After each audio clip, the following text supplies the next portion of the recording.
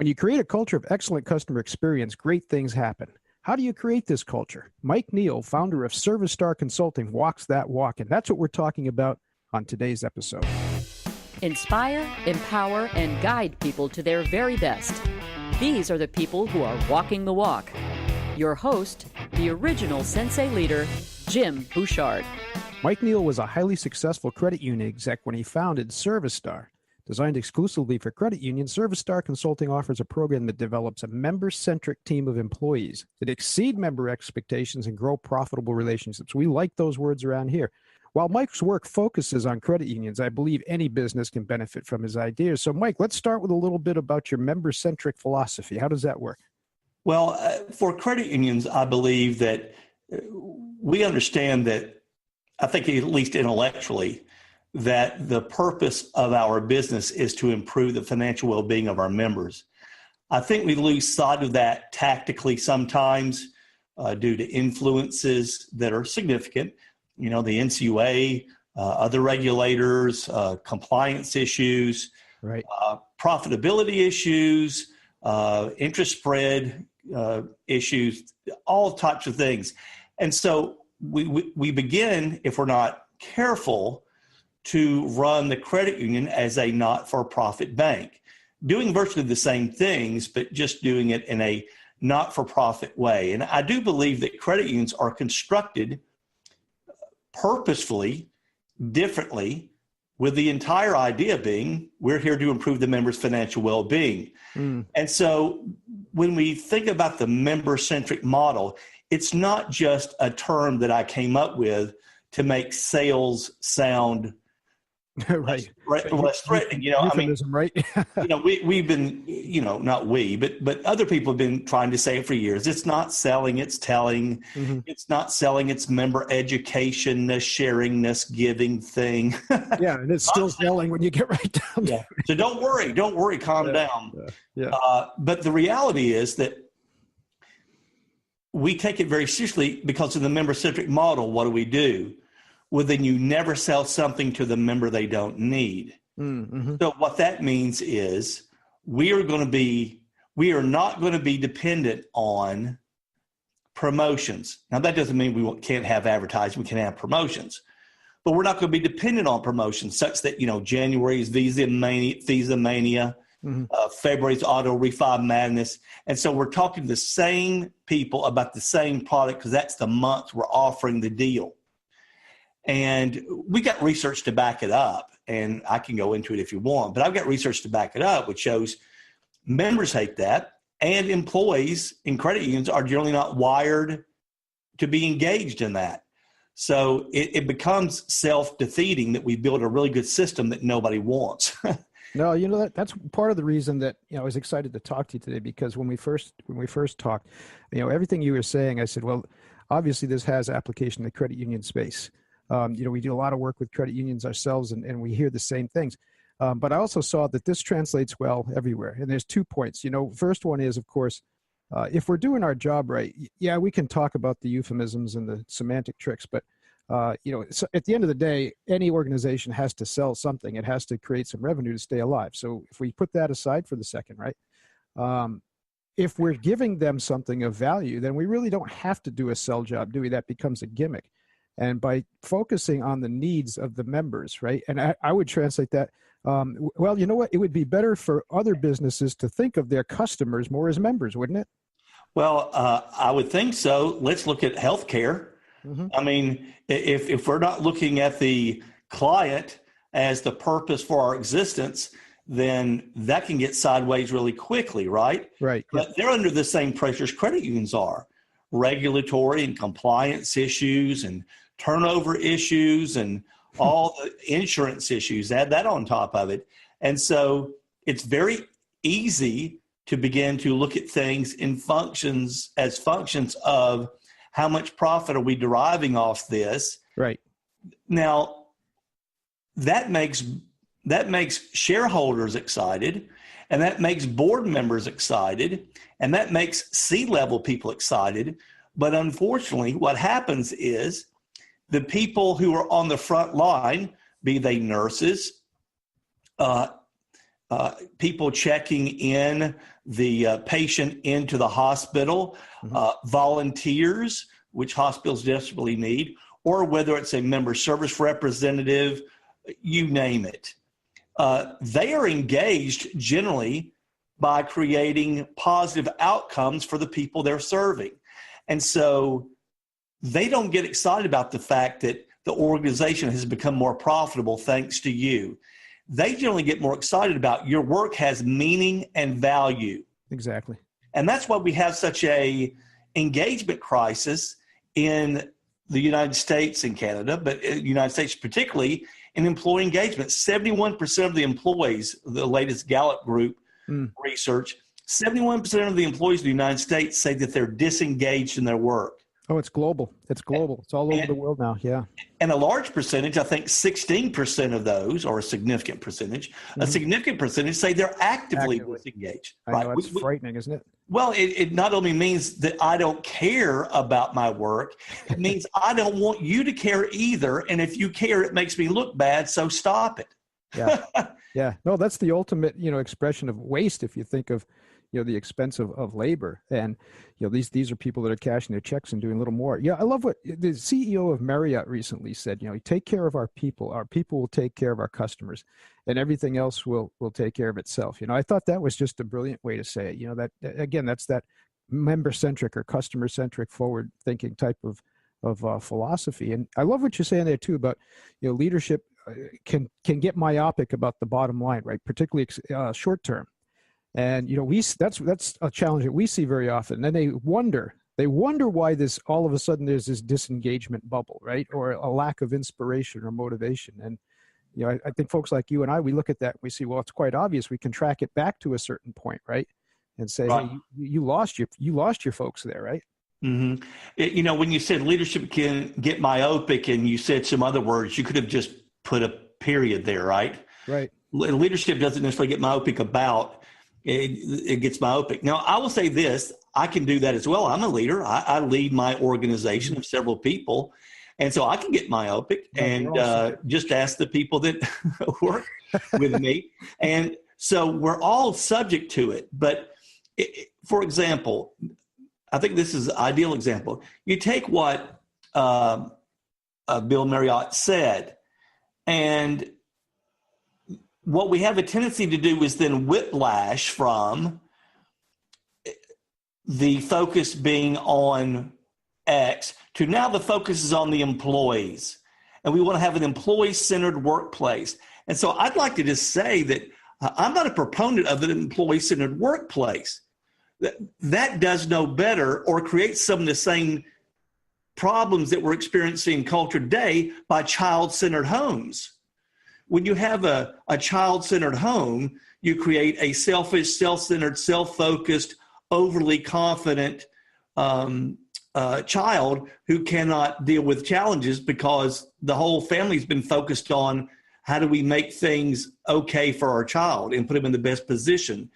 The same thing in the workplace. I do believe that we should look at our employees as our customers on an equal footing, or in a credit union terminology, with our members in an equal footing. And so the leadership is serving now a 360-degree constituency. Mm-hmm. We have an obligation to improve the financial well-being of our employees as well by providing the best possible pay, reasonable for the job within the limits that we can pay.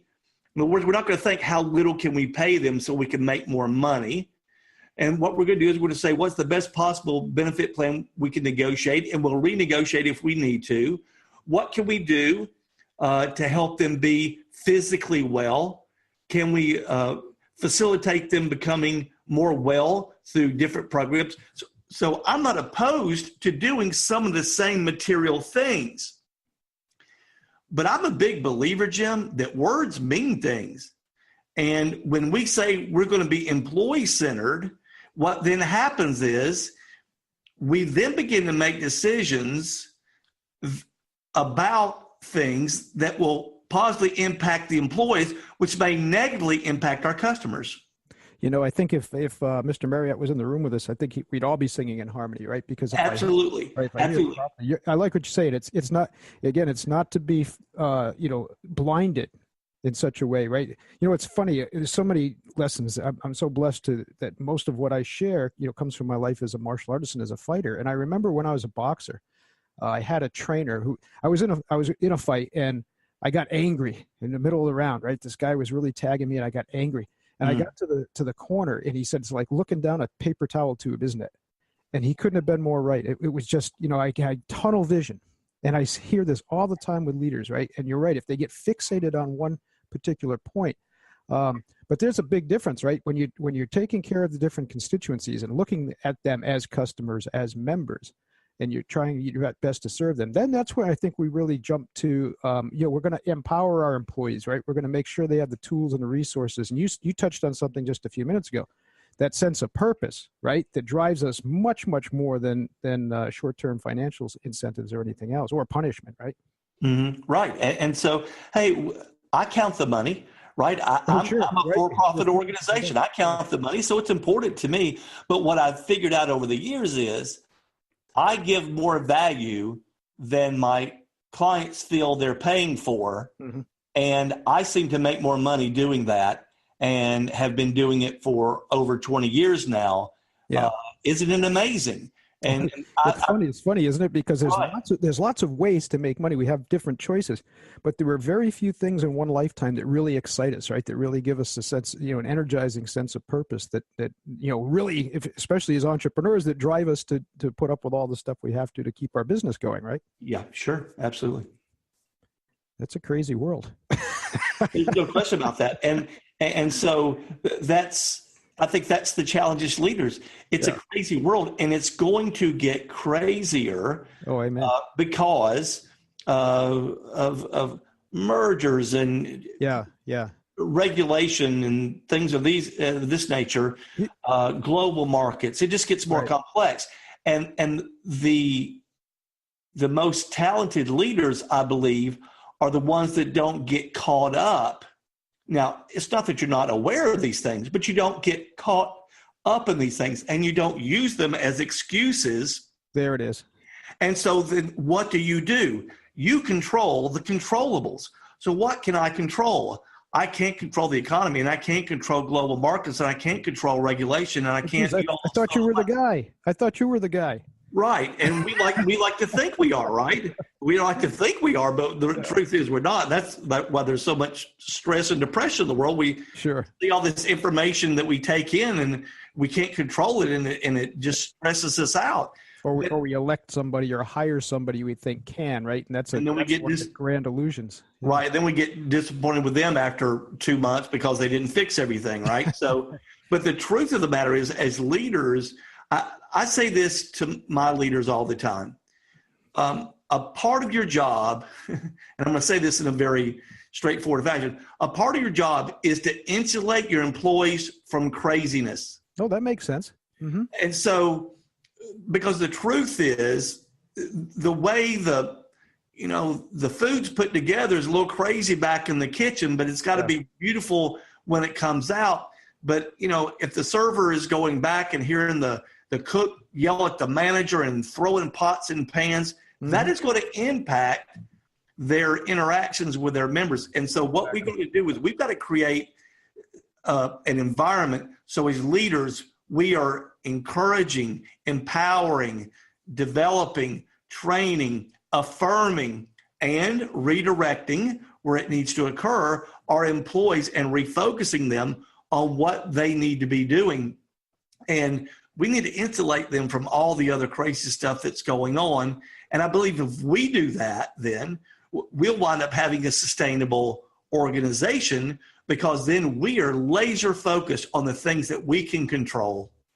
And so when we put our mind toward those things, then we're going to be better than our competitors who have their minds placed on 100 other things. I think we just found another chord. And I want to come back to the regulation thing in a second, because, gosh, now, if you've been watching the reports about different municipalities in particular, going after kids with lemonade stands, for God's sake. Kids selling lemonade are dealing with regulation. Now, credit union world, I know that's a big challenge, but you hit something really important too. And regulation's a great template for this. It's extremely complex. It's extremely volatile, right? And it is confusing. It's crazy. It's chaotic. Let's see if we're singing in harmony on this. To me, there's this great conundrum in leadership that a leader, particularly and we make a clear separation between a leader and someone in a position of authority, but let's, for the time being, assume that a person has both, right? And so you're in a position of authority, you're a genuine leader, you're dealing with extremely complex, volatile, dynamic issues, and yet your job as a leader is to simplify, right? To clarify, to bring it down to understandable terms to each person that you serve, right? Or each group that you serve. Are we singing in harmony? We're in violent agreement. Good. And that's a tough job. Oh, there's no question about it. And that's why a small number of people are really great at it, right? I mean, I think the idea that we can teach everybody leadership is a little misleading. There's no question we can teach leadership skills, but there are certain wirings and attributes that make some better than others. And so as a result, if, for example, if I go to a class on 7 best practices of tactful people, but I have very low emotional intelligence naturally, right, I'll be able to improve my tactfulness in many situations, but my real me is going to come out at some point in time during the day when there was nothing in the class to handle what I'm about to. Oh, you just struck at the heart of what we work on here. You know, it's interesting because, first of all, I think one of the greatest lines is the willing, for one thing, right? Yeah. I can't help anybody who isn't willing. And then we talk about, and I don't know, I always joke about this at the beginning of a presentation. I say, you know, I'm a 2-time college dropout and a former drug addict. Aren't you glad you paid me all this money to be with you today? Right? And the point is, you know, I used to think that was a really lousy resume for someone that was helping leaders develop. And then I realized, no, it's not, because if someone is going to, and I'm going to distinguish between position of authority, right, and leadership, because I do believe everyone that's willing can learn to be a better leader at any level, you know, even if you don't want to assume a position of authority. To assume a position of authority, yes, then a whole bunch of other stuff goes along with it, not the least of which is this elusive thing we call charisma, right? Let's face it, there are people who are very charismatic, who attract willing followers it seems almost effortlessly, right? Whether they're good at doing anything for them or not, that's a little bit more in your world, right? Right. But that idea that, you know, can you train yourself to that? Yeah, but I agree with you. If you're going to really, you got to embrace this process of transformation, right? And that's serious business if you really want to change and you really want to develop into somebody that you're not presently. And that's not work that everybody wants to do. Yeah, I completely agree. And we'll just use your example of charisma. You can read a book and you can understand, ask people about themselves. Yeah. Talk less about you. Make eye contact. Daily ask people how they're doing. Elizabeth Holmes did that very well, didn't she? And she bilked people out of how many billions of dollars? Yeah, there you go. And so, but it's got to become authentic. Right. So you have to be willing to allow yourself to be transformed in that person. Right. From someone who's naturally maybe less interested in people and more interested in numbers and concepts.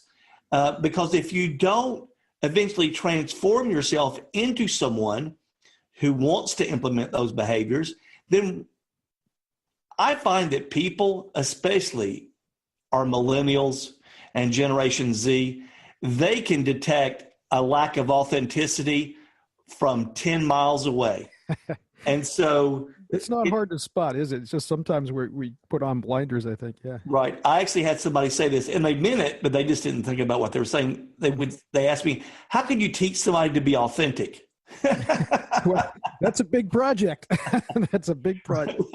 Yeah. And so you don't really. That's an interesting question because you don't. Yeah, exactly. So right? Just recognize what's authentic in you, and then you can decide: do I want to transform? Do I want to change some things? And absolutely. And so for leaders, it's not just about learning skills and going to a class. back to what you said. And it's not just a desire to learn it. It's a desire to become it. There you go. Because I find that leaders generally lead in some way in almost every aspect of their life. Mm-hmm. Now, they may not have the authority in the Fayette County Youth Lacrosse League. Or with their 2-year-old kid, right? Right.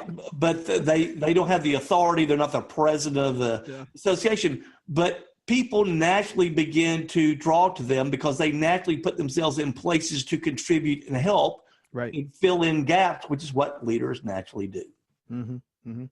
I want to get back that regulate. We have a lot of folks from the credit union world that listen to this. So I want to make sure we hit that regulation again, because I know that's something you're big on, that you're helping people navigate this. How do you help? And now we're going to combine that leader in that position of authority again, right? How do you help these folks navigate this volatility? I mean, it seems, you read CU Journal or CU Insights every single day, that regulatory world is changing, isn't it? Yeah, it is. And I think depending on where you are in the organization, if you're the CEO, I think your best bet is to hire somebody who does that and you stay out of it. No, I'm glad you said it, because there's what I want to get to. You're so focused on that member-centric philosophy. And those people on the front lines, do they even need to know all the minutia, how much do they have to deliver to the customer? How much? I like that concept you said about insulating from the chaos. Is that something the leaders on the front line should be doing when they're dealing with the members face to face? Oh, absolutely. I mean, nobody wants to hear how hard it is for you. Nobody wants to hear how hard it is for you. In fact, the number one driver of repeat business, as we know, is how easy did you make it to do business with me, right? Which is the customer effort score that's been shown to be even more compelling than the Net Promoter Score. So how do you make it easy? And so how do you make it easy for your employees to do their job? How do you make it easy for your members, your customers to do business with you? And that's really going to have a great deal to do with how much they're willing to reinvest back into your organization through more purchases or through staying with the organization and wanting to advance and share ideas about ways it can be better. But I really do think, we need an internal effort score. In fact, we have an internal service survey that we use with our clients to measure the service delivered by individuals to each other within the organization and departments as well. And so we have a section that we call the internal effort score. And so I will rate accounting on how easy do they make it to do business with me. Because accounting may know all the regulations and they may have all the answers, but if they won't return my call, then that's information I can no longer share with a member in a timely manner. No, you hit it again right on the head, because I was, as you were talking, I was thinking about it was a healthcare group I was working with, and they had a regulatory issue. There was the nurses dealing on the front lines weren't filling out these people deal mostly with end of life care. So when somebody dies, there's paperwork that needs to be filled out, right? And if it isn't filled out right, it creates a problem. So the people that were in compliance, they were complaining, well, the nurses aren't filling out the paperwork properly. It doesn't seem like they care, blah, blah, blah. Now, this had been going on for 3 years. And we're sitting in the room, and there's the department heads, from each. And I just said, well, do you like her over there? Oh, yeah, I like her. Do you like him? Oh, yeah. You guys eat lunch together? Oh, yeah, sure. I said, okay, well, that isn't the problem. I said, how about this? I said, cut to the chase. I was trying to get them to come up with it, but so let's cut to the chase. I said, how about if you just go, can this person come to one of your meetings and explain how to do the paperwork and communicate the importance of it? And the other department heads, oh, sure, that would be great. Within 3 minutes, the problem is solved, right? Exactly. Yeah. But that's getting people to, like you said, to be, how would you say it, to make it easy to work with each other. Sometimes, and it's not, tough thing, isn't it? It's not always, not usually bad intentions. It's just people get siloed, right? How do you help people navigate through that? Right. And I believe the siloing comes from this end. Jim, I think so many people, and I think this will bring us back to our beginning about mission. Because we don't talk about our purpose and our mission, what people do is they get more associated with their work and their department than the overall purpose of the organization. Right. And so now my job is to make sure that people don't bother the accounting department, and to make sure we get our work done and that they do it the way we need it done. And that if they're going to call here, we're not going to be very nice because we're not set up to take calls. And why are they sending this over here now? Why are we having to do this? Why are we the dumping ground? Why does everybody disrespect accounting? And what happens is then IT feels the same way, marketing feels the same way. And so ultimately what happens is we begin to see our job as protecting our department and preventing it from being overused, misused, abused. And now we are in conflict because we're not working toward the same purpose.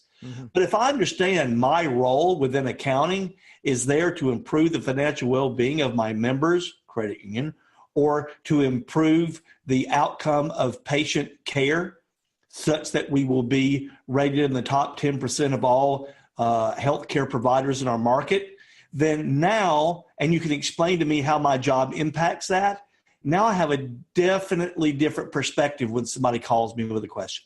Right, exactly. Mike, we need to do this again, obviously. But as we wrap things up for today, there's one thing I really wanted to hear from you. You know, you do so much work with credit unions. That's the focus of ServiStar. What do you love the most about working with the credit union folks? Credit union people are humble. They feel like they have a higher purpose and calling. And that is a great combination. When you take somebody who's competent and focused on doing right and also humble about it, it makes it so easy to work with them. You know, I find credit union people amazingly receptive to information, amazingly receptive to the ideas that you share, and they're not fighting with a new idea or concept. Is it going to make us better? Let's listen. And so I just think they're such solid people with very little pretense that they're more, let's roll up our sleeves and do the right thing rather than how do we appear. And that just really aligns with my vibe. But I love people that go about their life with a positive purpose and it drives them. And so it's just a natural attraction for me.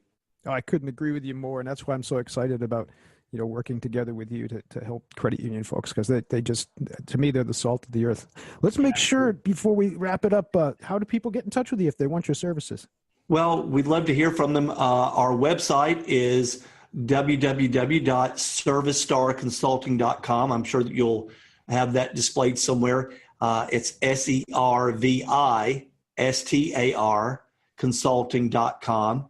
And of course, I'm Mike at ServiStarConsulting.com. And if you need to reach me by phone, 678-409-2977. So please check us out on our website. Give me a call or email me, and we'll be happy to talk about how we might be able to assist what you're doing to be done even better.